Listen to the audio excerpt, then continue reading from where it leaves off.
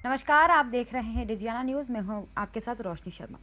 पिछले नगर निगम चुनाव के मुकाबले इस बार नगर निगम चुनाव में मतदान का प्रतिशत काफ़ी कम रहा है। पिछले नगर निगम चुनाव से की यदि हम बात करें तो इस बार 1.47% मतदान कम रहा है। कम मतदान परिणाम पर क्या कुछ असर डालेगा, क्या कुछ कारण रहे कम मतदान के, इसी के लिए अधिक जानकारी के लिए हमारे साथ जुड़े हुए हैं इस वक्त हमारे संवाददाता प्रवीण सावंत जी, और उनके साथ मौजूद हैं डिजियाना न्यूज हेड अरविंद तिवारी जी। प्रवीण जी, क्या कुछ कारण रहे मतदान का प्रतिशत कम रहने में? कि पिछले निगम चुनाव से 1.47% मतदान जी। कम रहा। अगर विधानसभा चुनाव से इसकी तुलना की जाए तो ये 14% से अधिक जी। कम रहा है। तो ये कम मतदान चुनाव परिणाम पर क्या असर डालेगा, ये बिल्कुल आपने सही कहा है कि कम जब मतदान का प्रतिशत रहता है तो परिणाम जी। बदल जाते हैं, वो किस पार्टी की ओर जाते हैं। इन सब पर चर्चा करने के लिए हमारे साथ हमारे न्यूज़ हेड अरविंद तिवारी जी साथ में। सर, परिणाम इस बार चौंकाने वाले हो सकते हैं? देखिए, सामान्यतः ये माना जाता है कि जब भी मतदान का प्रतिशत कम रहता है उसका नुकसान सत्ता पक्ष को, नगर निगम में सत्ता पक्ष पे भाजपा है, सत्ता पक्ष को उठाना पड़ता है। और पिछले 5 नगर निगम चुनाव का हमारा अनुभव यही रहा है कि जब जब मतदान का प्रतिशत कम रहा है, चाहे नगर निगम चुनाव हो, विधानसभा चुनाव हो या लोकसभा चुनाव हो, जब जब मतदान का प्रतिशत कम रहता है उसका नुकसान भारतीय जनता पार्टी को उठाना पड़ता है। इसीलिए भारतीय जनता पार्टी की हमेशा कोशिश रहती है कि मतदान का प्रतिशत ज़्यादा हो, मतदान ज़्यादा से ज़्यादा हो। आपको ध्यान हो तो इंदौर में जब चुनाव प्रचार समाप्त हो रहा था उसके एक दिन पहले मुख्यमंत्री आ गए थे, अंतिम दिन यही थे, उसके एक दिन पहले जब आ गए थे और उन्होंने रात को 12 बजे इंदौर पहुंचने के बाद कोर ग्रुप की बैठक ली थी। और उस कोर ग्रुप की बैठक में उन्होंने इस बात पर बहुत जोर दिया था कि मतदान ज़्यादा से ज़्यादा करवाएं, अधिक से अधिक मतदान होना चाहिए। मुख्यमंत्री का ये भी कहना था कि बारिश की स्थिति में भी मतदान बहुत ज़्यादा होना चाहिए हमको जो है हर हालत में। और राष्ट्रीय स्वयंसेवक संघ, हालांकि संघ की कोई विशेष हलचल इस चुनाव में दिखी नहीं, लेकिन संघ ने भी अधिकृत तौर पर इस बार पहली बार मीडिया तक ये खबर पहुंचाई थी कि संघ के स्वयंसेवक अधिक से अधिक मतदान का आग्रह लेकर जनजागरण के नाम पर मतदाताओं के बीच में लाएंगे। इन दोनों बातों से स्पष्ट होता है कि भारतीय जनता पार्टी की पूरी कोशिश थी कि मतदान ज़्यादा से ज़्यादा हो, लेकिन जो मतदान का प्रतिशत आया उसने कहीं ना कहीं पार्टी को निराश किया और इसका नुकसान उसे उठाना पड़ सकता है। सर, देखते हैं कि जब भी मतदान का प्रतिशत कम होता है, आप बोल रहे हैं कि परिणाम बदल जाते हैं। इसमें हमने जब आकलन किया पिछले कई चुनावों का, तो बस्ती और मुस्लिम बाहुल वार्ड, यहाँ पर तो वोट का प्रतिशत खासा अच्छा रहता है। शहरी क्षेत्र या कहें कॉलोनी, पॉश कॉलोनी, यहाँ पर वोट का प्रतिशत कम रहता है और भाजपा यही चाहती है कि वहाँ से वोट बाहर निकल के आए, ताकि क्योंकि जो परंपरागत वोट है वो भाजपा का वही शहरी और कॉलोनी और पॉश कॉलोनी का। देखिए, हम एक उदाहरण से पूरा आपने जो बात की उसको स्पष्ट करते हैं। विधानसभा क्षेत्र का राऊ का वार्ड क्रमांक 74, इंद्रपुरी, विष्णुपुरी, आदित्यनगर, विद्यानगर, ये सब वो बस्तियां मानी जाती है जहाँ पर भाजपा का अच्छा होल्ड माना जाता है। इन कॉलोनियों में भाजपा का होल्ड अच्छा माना जाता है। और मेरा ऐसा अनुभव रहा है पिछले 2-3 चुनाव का कि इन कॉलोनियों से सुबह सुबह बड़ी संख्या में मतदान के लिए लोग निकलते हैं और वो भारतीय जनता पार्टी के लिए बड़ा फायदेमंद मतदान रहता है। अब इस बार जो इंद्रपुरी के 4 पोलिंग बूथ थे, जिन पे एक एक बूथ पे 3-3, 4-4 बूथ थे, जो पोलिंग सेंटर थे उन पे एक एक पे 3-3, 4-4 बूथ थे, वहाँ पर हमने देखा कि मतदान का प्रतिशत 52, 52.5, 53 आके रुक गया। और इसी वार्ड की जो बस्तियाँ थी, उन बस्तियों में जिनको कहते हैं, जिसमें हम कहते हैं कि श्रमिक लोग रहते हैं या जो घरों में काम करने वाले लोग रहते हैं या दिहाड़ी मजदूर रहते हैं, उन बस्तियों में मतदान का प्रतिशत 75 से 80 गया। तो ये जो आंकड़ा मतलब बदला है ना, कि जहां से भारतीय जनता पार्टी को उम्मीद थी कि बहुत अच्छा हमको रिस्पांस मिलेगा। अब मेरी मतदान के बाद जब इंद्रपुरी में जो लोग भाजपा का पोलिंग देख रहे थे उनसे बात हुई तो उनके लिए भी बड़ा चौंकाने वाला था, क्योंकि यहाँ ये बड़ा कमिटेड वोट माना जाता है। इस इलाके का वोट जो है भाजपा का बड़ा कमिटेड वोट, ये वोट नहीं निकला। बस्तियों का वोट सामान्यतः माना जाता है कि माइनॉरिटी का हो, बस्तियों का वोट हो, ये जो है ये मत जो है कांग्रेस को हमेशा मिलता है। तो वहाँ पर जो है मतदान का, चलिए हम अपन ये मानते हैं कि भारतीय जनता पार्टी ने भी वहाँ बहुत प्रयास किए होंगे। पिछले 20 साल से नगर निगम में भारतीय जनता पार्टी की सरकार है, खूब काम बस्तियों में करा है, लेकिन जो कॉलोनियों का प्रतिशत है और जो बस्ती का प्रतिशत है वो कहीं ना कहीं इशारा कर रहा है कि जिस संख्या में कॉलोनियों से मतदाता निकलना थे या जो प्रयास होना थे वो नहीं हो पाए। सर, हमने आकलन में ये भी बात नोटिस की कि जब भी कम रहा है तो कांग्रेस को उसका बहुत लाभ मिला है। तो क्या ये इस बार का 60.88% मतदान ये इशारा कर रहा है कि सत्ता परिवर्तन होगा? देखिए, नतीजे को लेकर तो अभी कुछ कहा नहीं जा सकता। 17 तारीख को ही मालूम पड़ेगा कि ऊँट किस करवट बैठ रहा है। लेकिन भारतीय जनता पार्टी के कई वरिष्ठ नेताओं से मेरी मतदान के दिन बात हो रही थी, उसके एक दिन पहले ही बात हुई थी। उनका ऐसा मानना था कि यदि 65% तक मतदान हो जाता है तो वे इस परसेंटेज में बहुत कंफर्टेबल रहेंगे, 65%। लेकिन 65% मतदान हो नहीं पाया, 61 से भी कम रहा मतदान। यूँ देखा जाए तो 61 से भी कम रहा। तो निश्चित तौर पर इसने उनकी चिंता को तो बढ़ा रखा है। और कांग्रेस कहीं ना कहीं, जिसको हमेशा लगता है कि यदि मतदान का प्रतिशत ऊपर जाएगा, 60 से ऊपर जाता है, 65, 70, तो वो कांग्रेस को लिए हमेशा नुकसान का होता है। उसको लिए राहत की बात, कांग्रेस के लिए और कांग्रेस के नेताओं के लिए राहत की बात यह है कि मतदान का प्रतिशत 61 पे ही आके टिक गया। तो ये अगर हम अंकगणित के आधार पर बात करें और इंदौर के हमारे पुराने अनुभव के आधार पर बात करें, या जो अंकों के आधार पर विश्लेषण करते हैं, कांग्रेस और भारतीय जनता पार्टी दोनों में से कई नेता हैं जो ये जो प्रतिशत है, वोटों का प्रतिशत विधानसभा क्षेत्र, उसके आधार पर नतीजों का आकलन करते हैं, राजनीतिक विश्लेषण करते हैं। अभी तक उनका रुझान जो है, जो उनसे चर्चा हो रही है, उनका रुझान कहीं ना कहीं ऐसा लग रहा है कि पिछली बार जो नतीजा भारतीय जनता पार्टी के पक्ष में आया था वैसा उनको लग नहीं रहा। लेकिन इसके विपरीत हम देखते हैं, एक नंबर में सबसे अधिक मतदान हुआ है, 68% से ज़्यादा वहाँ मतदान। इसको किस रूप में देखते हैं? देखिए, एक स्वाभाविक बात है, संजय शुक्ला उसी विधानसभा क्षेत्र के निवासी, चलिए निवासी तो पुष्यमित्र भार्गव भी सुदामा नगर के हैं, 4 नंबर विधानसभा क्षेत्र में, लेकिन संजय शुक्ला उस क्षेत्र से एक बार पार्षद रह चुके हैं, वहाँ के वर्तमान विधायक हैं।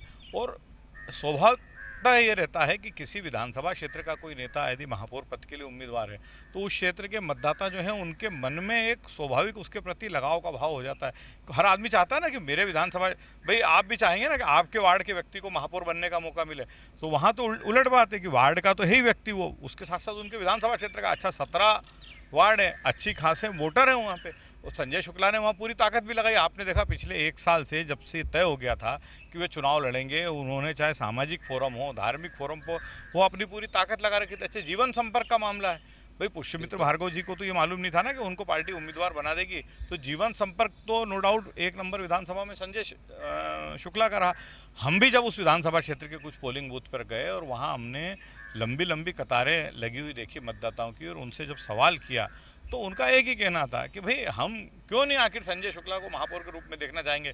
यदि पार्टी ने हमारे विधानसभा क्षेत्र के विधायक को महापौर के लिए चुना है तो हम चाहेंगे ना कि वो इंदौर का प्रथम नागरिक बने। तो उसका फायदा विधानसभा क्षेत्र क्रमांक 1 में संजय शुक्ला को बहुत मिला। सर, हम देखते आ रहे हैं, कई चुनाव का आपका भी मेरा भी अनुभव रहा है कि मुस्लिम बस्तियों में जब भी वोट होता है थोकबंद वोट होता है और प्रतिशत खासा अच्छा रहता है। लेकिन इस बार वहाँ पर भी जो है वो प्रतिशत वो टच नहीं कर पाया। हम मुस्लिम इलाकों की बात करें तो वहाँ मैक्सिमम, जैसे 5 नंबर में सबसे कम रहा, वहाँ सबसे अधिक मुस्लिम बस्तियाँ हैं। इसके अलावा 1 नंबर का कुछ इलाका वहाँ पर भी जो है वो अन्य जगह अधिक हुआ लेकिन मुस्लिम बस्तियों में कम हुआ। देखिए, यह भी एक विचारणीय बिंदु है कि क्षेत्र क्रमांक 5 कांग्रेस मान रही है कि उसको वहाँ से लीड मिल सकती है, लेकिन वहाँ मतदान 58% हुआ, और जो वहाँ के 3 मुस्लिम वार्ड हैं उनमें 60% के आसपास मतदान हुआ है। इस पर भी राजनीतिक विश्लेषकों का अपना एक विश्लेषण है। उनका ये कहना है कि पिछले विधानसभा चुनाव में तो इन वार्डों में इससे भी कम मतदान हुआ था, उसकी तुलना में तो मतदान का प्रतिशत बढ़ा है ना, उससे ज़्यादा बढ़ा। अच्छा, दूसरा है कि इन दोनों वार्डों में, तीनों वार्डों में आप कहें भाई, चाहे खजराना के दोनों वार्ड हो या आज़ाद नगर का वार्ड हो, या प्रतिस्पर्धा बड़ी कड़ी थी, है ना। और मुझे नहीं लगता, मतलब ऐसा हुआ होगा कि मतदाताओं को बाहर लाने में इन तीनों वार्डों के उम्मीदवारों ने कोई रुचि नहीं दिखाई होगी। अब आप देखिए, एक वार्ड में जहाँ पे अन्नू पटेल और उस्मान पटेल थे, दोनों ने पूरी ताकत झोंक दी मतदाताओं। भारतीय जनता पार्टी तो ठीक है, उसका एक सीमित वोट बैंक है इन क्षेत्रों में, तो उसने उपयोग किया। दूसरा वार्ड जो था जहाँ पे रूबीना इकबाल खान और तस्लीम वाहिद अली लड़ रही थी, वहाँ क्या मतदाताओं को बाहर लाने की पूरी कोशिश नहीं की होगी, की गई। तीसरा वार्ड आज़ाद नगर का है, जहाँ पे फौजिया शेख हलीम लड़ रही थी, शबनम शेख लड़ रही थी। उसके अलावा 2 और उम्मीदवार मजबूत थे, एक को AIMIM का समर्थन था और एक निर्दलीय भी बहुत मजबूत था। इन लोगों ने क्या वहाँ प्रयास नहीं किए होंगे? प्रयास सारे हुए हैं, लेकिन उसके बावजूद भी मतदान का प्रतिशत 60 पे आके रुक गया। लेकिन इन सारे उम्मीदवारों से जब मेरी बात हुई अलग अलग, तो इनके लिए संतोष का विषय ये मान रहे हैं कि भाई पिछली बार तो विधानसभा में 55 ही हुआ था, हम 60 तक ले आए। दूसरी जो महत्वपूर्ण बात इन वार्डों को लेकर सामने आ रही है कि जो नाम कम हुए हैं, जो कहा जा रहा है ना कि 65-70 हज़ार नाम कम हो गए, कई जगह पर्चियाँ नहीं पहुँची, तो मुझे लगता है कि नाम कम जिन वार्डों में हुए हैं उसमें ये 3 वार्ड भी शामिल थे, यहाँ की बड़ी संख्या में नाम। दूसरे वार्डों में अगर 500 नाम कम हुए हैं तो ये वार्ड वो हैं जिनमें 1000-1000, 1500 नाम कम हुए हैं। सर क्या मानते हैं मतदान के प्रतिशत का इतना कम होना, इसके प्रमुख 2 कारण क्या मानते हैं? क्या जो बारिश एक दिन पहले हुई थी वो कुछ कारण है, या जो लोगों में नाराजगी है अपने जनप्रतिनिधि के प्रति वो कहीं ना कहीं इस बात को लेकर सामने है? देखिए, बारिश तो मुझे लगता है कि वो जो 4 घंटे की बारिश थी उसके बाद के 2-4 घंटे परेशानी भरे थे, उसने राजनीतिक दलों की चिंता को भी बढ़ा रखा था। लेकिन उसके बाद मौसम खुला रहा, मतदान के दिन बहुत अच्छा मौसम था। मुझे 2-3 कारण लगते हैं मतदान के कम प्रतिशत के। दरअसल जब से ये सरकार ने मतदाता पर्ची घर घर भेजने का सिस्टम अपने हाथ में लिया है, इसके बाद जो पहले आपने देखा था कि चुनाव के अंतिम 2-3 दिन में राजनीतिक दल अपनी पूरी ताकत इस बात में लगाते थे कि मतदाता पर्ची घर घर पहुंच जाए। मैंने सालों तक देखा है कि विधानसभा चुनाव हो, लोकसभा चुनाव, नगर निगम चुनाव हो, एक पार्टी का पेम्पलेट, एक डमी मतपत्र, एक पार्टी का घोषणा पत्र और उसके साथ स्टेपल से अटैच मतदाता पर्चियां घर घर लेकर कार्यकर्ता पहुंचते थे। उसके पीछे उनके 2 मकसद रहते थे, एक तो वो सामग्री देते थे, दूसरा आग्रह करते थे कि आप मतदान के लिए जीवन संपर्क हो जाता था। उनको मालूम रहता था, जब वो जाते थे तो उनको मालूम रहता था कि इस घर में इतने मतदाता, इनमें से इतने अनुपस्थित हैं। वो आग्रह करते थे कि यदि संभव हो तो आप इन्हें भी बुला लीजिए। तो एक तो ये सरकारी सिस्टम जब से मतदाता पर्ची का लागू हुआ तब से वो लोगों ने इसमें रुचि लेना बंद कर दी, 1-to-1 संपर्क बंद कर दिया। आदमी के पास अब इतनी फुर्सत नहीं है, जैसे ठीक है युवा पीढ़ी में मतदान को लेकर उत्साह रहता है, लेकिन जो 60+ के लोग हैं उनसे यदि कोई बहुत आग्रह नहीं करो या उनकी किसी आइडियोलॉजी के प्रति अगर वो नहीं है समर्पित हो, तो उनकी कोई बहुत रुचि मतदान को लेकर नहीं रहती है। दूसरा ये हुआ कि जो सुबह सुबह लोग चाहते हैं कि 9-10 बजे तक जाके मतदान करके आ जाते हैं। बड़ी संख्या में मतदाता जब मतदान केंद्रों पर पहुंचे तो बाहर जो पोलिंग एजेंट बैठे थे, टेबल लगी हुई थी, वहाँ तो उन्होंने अपना नाम, अपने जो पर्ची थी उसके आधार पर अपना नाम चेक करा दिया। वहाँ जो लोग बैठे थे उन्होंने उनको एक नई पर्ची भी बना के दे दी। लेकिन जब वो अंदर पर्ची लेके गए तो जो प्रिसाइडिंग ऑफिसर के पास वोटर लिस्ट थी उसमें उनका नाम नहीं था। उन्होंने वहाँ बैठे पार्टी के पोलिंग एजेंट से कहा कि भाई हमारा नाम नहीं। उनने देखा, उन्होंने बोला हमारी लिस्ट में तो है। वहाँ विवाद की स्थिति निर्मित होने लगी। उन्होंने कहा हमारे पास तो जो हमारी लिस्ट है हम उसी को मानेंगे। वो व्यक्ति वहाँ 10-5 मिनट रुका, बाहर आया, उसने वहाँ जब बाहर राजनीतिक दलों के प्रतिनिधि तो उनसे बात की, वो लोग जब मदद नहीं कर पाए तो वो अपने घर चला गया।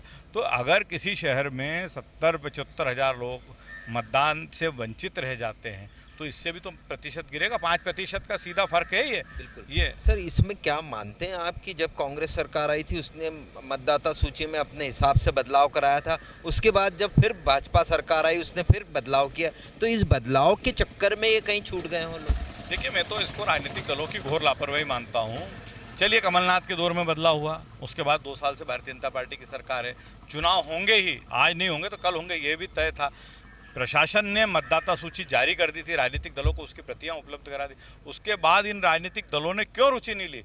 राजनीतिक दलों का क्या ये दायित्व नहीं बनता था कि उस मतदाता सूची के आधार पर वो, कांग्रेस कहती है कि हमारे पास बूथ लेवल का नेटवर्क है, बूथ कमेटी, तो वो बूथ कमेटी क्या कर रही थी?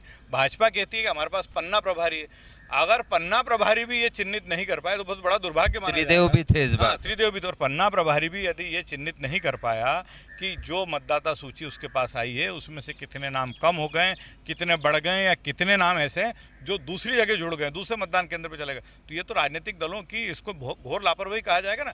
चलिए, सरकार के स्तर पे तो लापरवाही हुई कि व्यवस्थित तरीके से पुनरीक्षण नहीं हुआ, BLOs ने जो है वो पर्चियाँ नहीं पहुँचे, लेकिन राजनीतिक दल क्या कर रहे थे?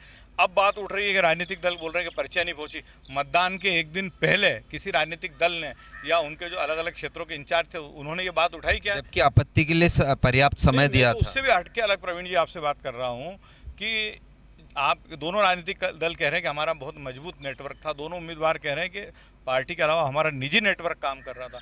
तो क्या इनको इस बात की भनक नहीं लगी कि बड़ी संख्या में पर्चियां लोगों तक नहीं पहुंची, और यदि लग गई थी चुप बैठे रहे, तो ये भी इनकी लापरवाही है। अब जो है वो भाजपा के लोग ही कह रहे हैं कि हम कोर्ट में जाएंगे। नहीं, अब क्या होना है? अब तो इस निर्वाचन संबंधी कामकाज की एक प्रक्रिया होती है।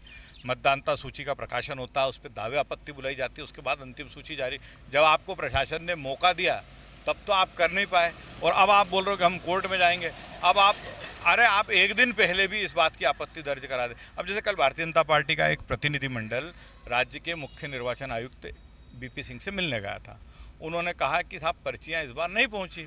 उन्होंने कहा मैं क्यों नहीं पहुँची तो इसकी जांच करवाता हूँ। लेकिन इसका फ़ायदा अब उन 5 नगर निगमों और सैकड़ों नगर पंचायतों नगर पालिकाओं में जहाँ चुनाव हो रहे हैं उनको मिल रहा है कि मुख्य निर्वाचन आयुक्त ने कल ये आदेश जारी किया है कि जब मेरे पास इस बात का कंप्लायंस आना चाहिए निर्वाचन अधिकारी, जिला निर्वाचन अधिकारी की ओर से कि 100% पर्चियां जो हैं वो बढ़ गई हैं। बात उठी तो वही वीपी सिंह का आज स्टेटमेंट है कि इसके पहले हमारे पास मतदाता पर्ची को लेकर या मतदान सूची को लेकर कोई शिकायत नहीं आई थी। तो कहीं ना कहीं राजनीतिक दलों की लापरवाही तो रही है। सर, ये लापरवाही का खामियाजा भुगतना पड़ेगा इस जब परिणाम 17 को आएंगे तब। देखिए, बहुत नेक टू नेक चुनाव हो, जहाँ 18 लाख वोटर्स को वोट करना हो, जहाँ लगभग 11 लाख वोटर ने वोट किया हो, वहाँ 80,000 लोग, यदि 80-85,000 लोग इस लापरवाही के कारण मतदान से वंचित रह जाते तो किसी एक दल को तो इसका बड़ा नुकसान उठाना पड़ेगा।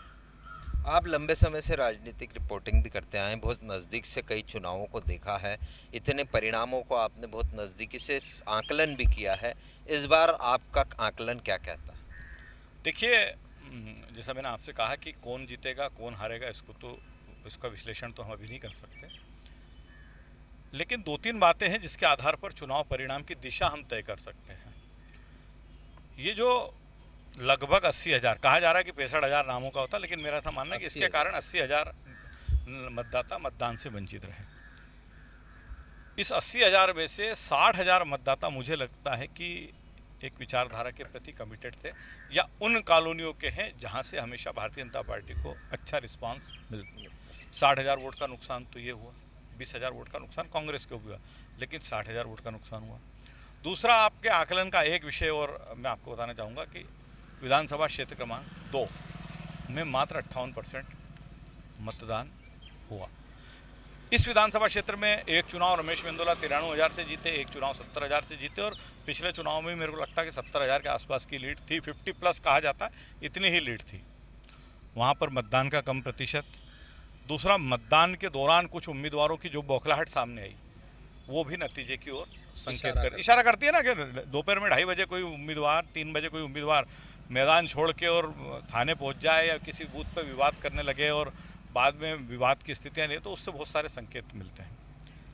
एक महत्वपूर्ण पहलू जो आपने भी ऑब्जर्व किया होगा और मैंने भी ऑब्जर्व किया, भारतीय जनता पार्टी का जो कमिटेड वर्कर है वो हर चुनाव के दिन, हर वोटिंग के दिन बहुत एग्रेसिव रहता है।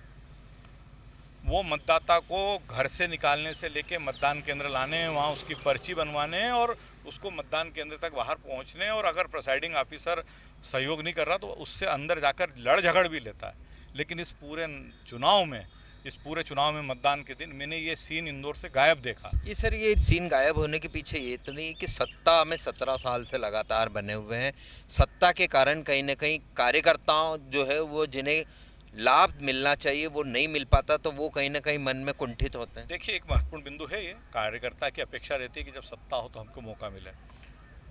पिछले टेन्योर में भी शिवराज जी के साथ ये दिक्कत आई थी और कि वे तमाम पद खाली होते हुए भर नहीं पाते। छोटी छोटी कमेटियाँ रहती, जेल की कमेटी रहती है, आरटीओ में कमेटी रहती है, फूड डिपार्टमेंट में कमेटी रहती है। सरकार चाहे तो क्या मालूम कितने लोगों को उपकृत कर सकती, लेकिन ऐसा नहीं हो पाया था।